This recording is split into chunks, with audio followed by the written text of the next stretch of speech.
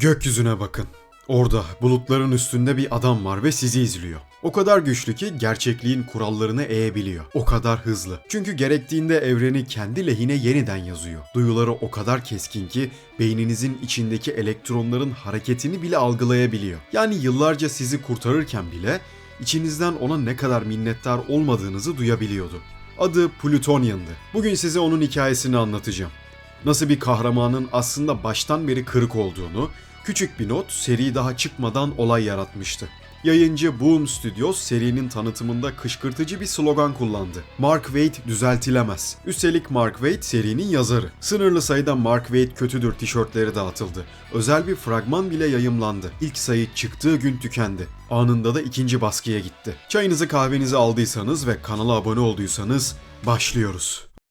Önce şunu anlamamız lazım. Plutonian sıradan bir güçlü kötü değil. Onu durdurabilecek neredeyse hiçbir şey yok ve bunu herkes biliyor. Kötülüğe dönüştükten sonraki ilk büyük eyleminde bir zamanlar canıyla korumaya yemin ettiği şehri yani Sky City'yi yok etti.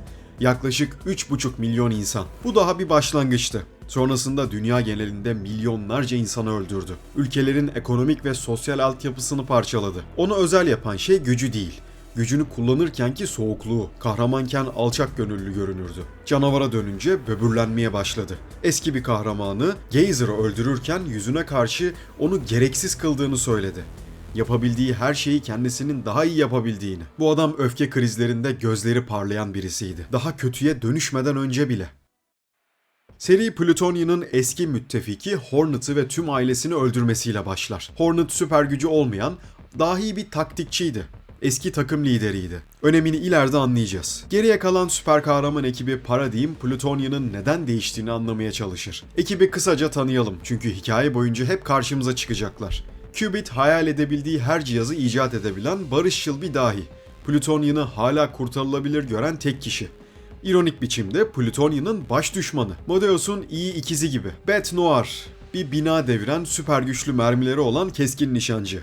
Bir sırrı var. Scylla ve Carrie aralarında güç paylaşan iki kardeşler. Volt elektrik gücüne sahip, gücünü kontrol etmekte zorlanan birisi. Kaidan, gücü hikaye ilerledikçe açığa çıkacak. Gilgamos da Beth'in kocası. Paradigm cevabı bulmak için Plutonian'ın eski yardımcısı Samsara ile konuşmak ister.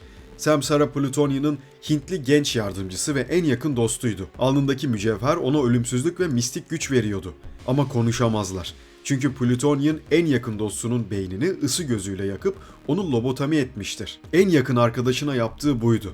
Plutonian'ın eski düşmanları onunla işbirliği yapmaya çalışıyorlar. Plutonian onlara güvenini kazanabilecekleri bir yol sunar.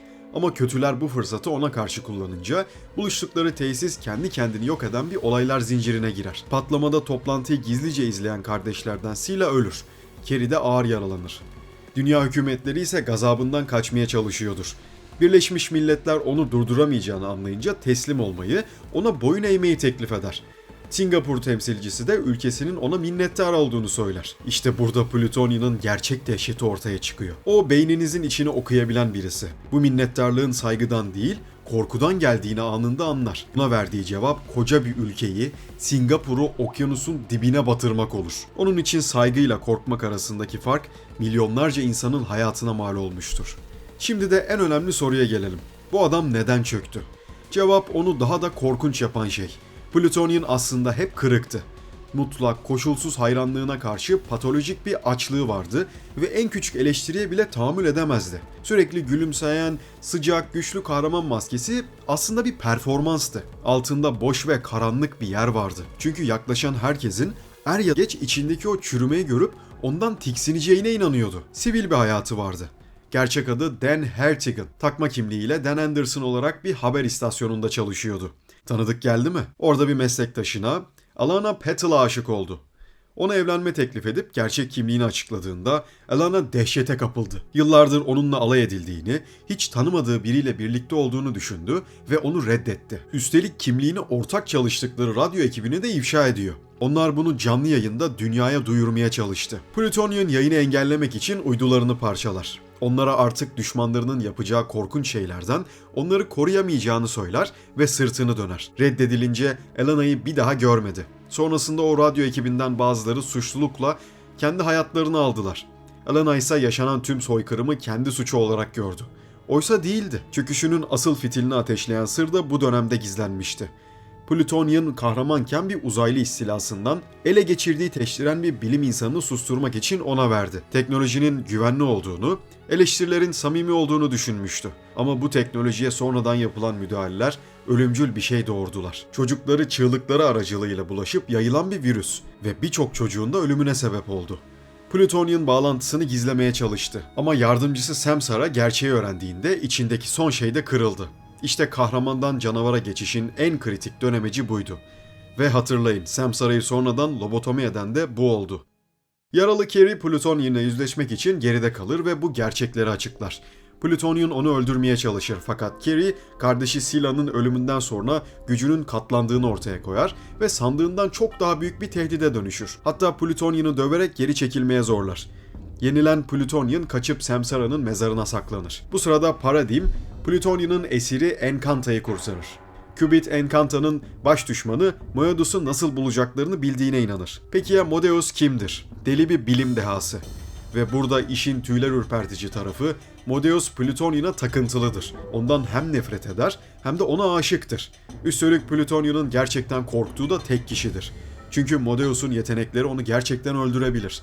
Dünyanın en güçlü varlığının kabusu ona aşık olan bir delidir. Encanta geçmişte Modeus'a bir büyü yaptığını anlatır. Amaç Modeus'u dünya üzerindeki en güvenli yere yerleştirmektir. Bu satırı aklımızda tutalım. Bir başka sır da Beth Noir'dan gelir. Şeytani uzaylı savaşçı Orion, Amerikan ordusunun Paradigm'i yok etmek için çağırdığı varlık. Betty'yi yem olarak kaçırır ve kocası Gil'i tehdit ederek bir sırrı söküp alır.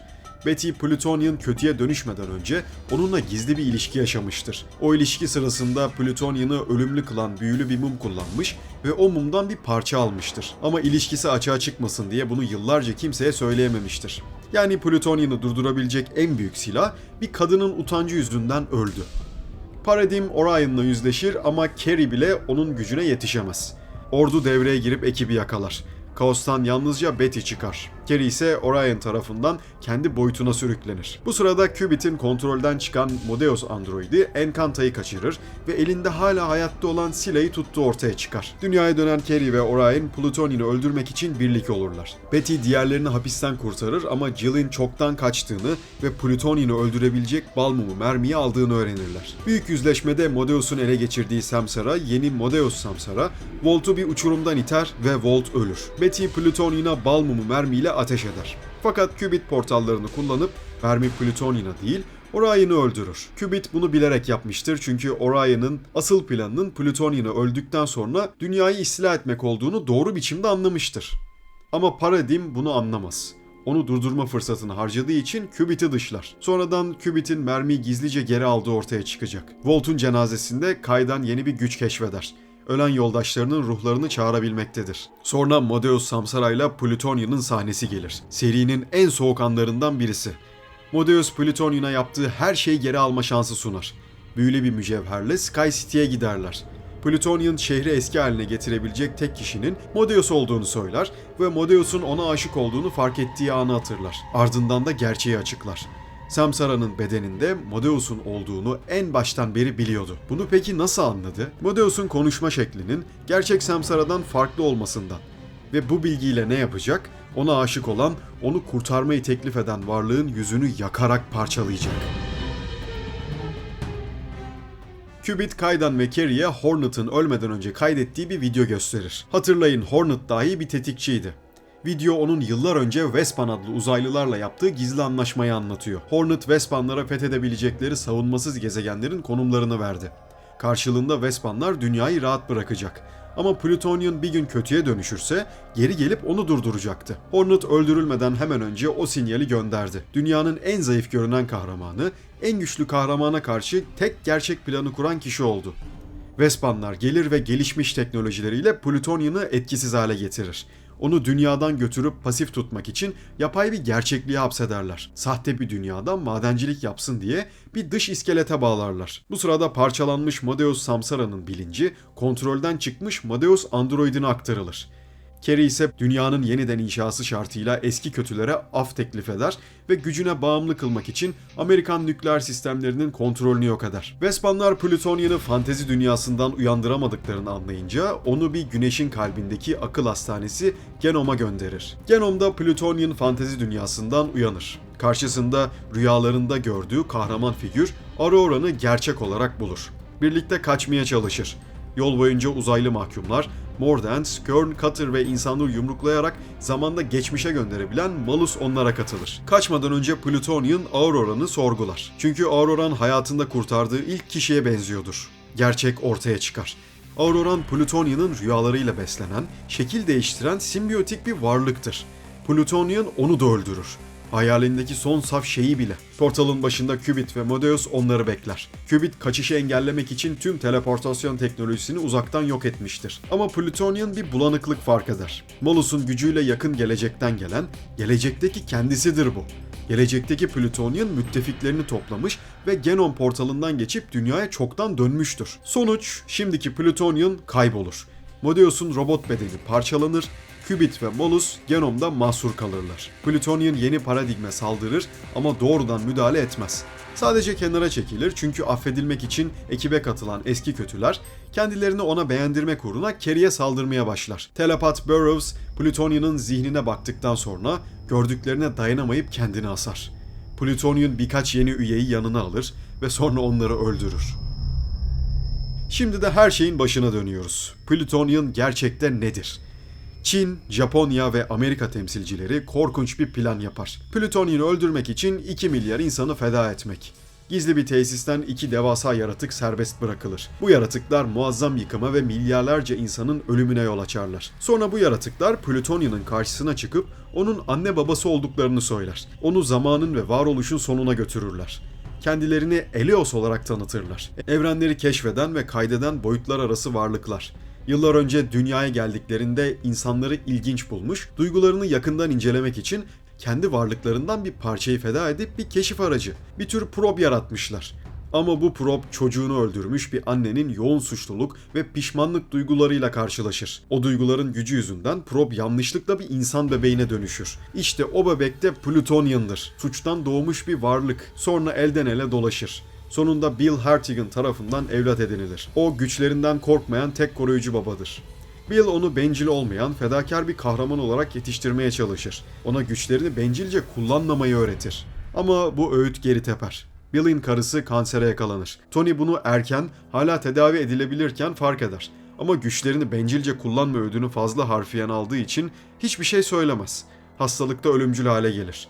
Bill karısıyla birlikte bir kazada ölür. Plutonian da bunun aslında bir intihar olduğuna inanır. Bir de düşman Max Damage var. Plutonian'ı çocukluğundan vahşi doğada Colville'ın kurt çocuğu gibi yaşadığı dönemden tanıyan tek kişi. O karşılaşma Plutonian'ın ilk kontrolsüz öfke patlamasını tetiklemişti. Eleos Plutonian'ın artık pişman olduğunu kabul eder. Ama pişmanlık aklanmak değildir. Sonuçlarını affetmezler ve onu zamanın sonunda terk ederler. Qubit, Malus'un gücünü arttırarak Genom'dan kaçmayı başarır. Dünyaya döndüğünde gezegenin radyasyonla mahvolduğunu, insanlığın 3 nesil içinde yok olacağını görür. Max Damage'ı yanına alıp Plutonian'ı bulur. Onu daha da güçlendirip radyasyonu temizlemeyi planlar. Max bu plandan rahatsız olup ayrılır. Qubit'in temizleme girişimleri başarısızdır. Qubit, Modeus'un zihninden radyasyonu yenmek için gereken bilgiyi alır. Sonra da son kozunu oynar. Büyülü bal mumu mermiyi Plutonian'ın kalbine ışınlar ve onu Betty'den kalan son yerçekim enerjisini kullanmaya zorlar. Plan da şudur: Plutonian gezegenin etrafında olabildiğince hızlı dönecek ve ölümcül radyasyonun tamamını kendi bedenine çekecek. Plan işler. Radyasyon dünyadan temizlenir ama o enerji Plutonian'ın bedeni için fazla yıkıcıdır. Bedeni ölümcül bir biçimde parçalanır. İşte tam burada serinin asıl fikri ortaya çıkar. Qubit, Plutonian'a verdiği "seni geçmişe gönderip her şeyi düzelteceğim" sözünü tutamayacaktır. Çünkü Malus ölmüştür. Zaman yolculuğu imkansızdır. Ama klasik anlamda onu kurtarmayı da reddeder. Bunun yerine Eleos tarafından yaratılan o orijinal özü portallarıyla paralel evrenlere gönderir. Böylece o öz başka gerçekliklerde yeniden şekillenip iyi bir şeye dönüşme şansı bulabilir. Ve paralel bir evrende o öz 2 genç çocuğa ilham verir. İma ediliyor ki bu çocuklar Jerry Siegel ve Joe Shuster'dır. Ve yarattıkları şey çizgi roman tarihinin en büyük kahramanıdır. Görünüşü Süpermen'e benzeyen bir karakter. İşte finalin gücü burada. Irredeemable Plutonian'ı affetmiyor. Eleos onun pişman olduğunu kabul ediyor ama suçlarını silmiyor. Qubit onu geçmişe gönderip her şeyi düzeltmiyor. Çünkü öyle bir çözüm mümkün değil. Suçlu hep o kalıyor. Sky City'yi yıkan Plutonian'dı. Plutonian işlediği suçlardan asla kurtulamıyor. Ama onun özü başka bir evrende daha iyi bir fikre, bir kahramana dönüşebiliyor. Yani seri karanlık bir Superman eleştirisi olarak başlayıp sonunda Superman efsanesine tuhaf, acı ve meta bir saygı duruşuyla kapanıyor. Irredeemable ve Plutonian'ın hikayesi bu şekildeydi. İzlediğiniz için teşekkür ediyorum. Beğendiyseniz beğen butonuna basmayı ve kanala abone olmayı unutmayın. Ayrıca hikaye önerilerinizi de bekliyorum. Bir sonraki videoda görüşmek üzere. Kendinize iyi bakın.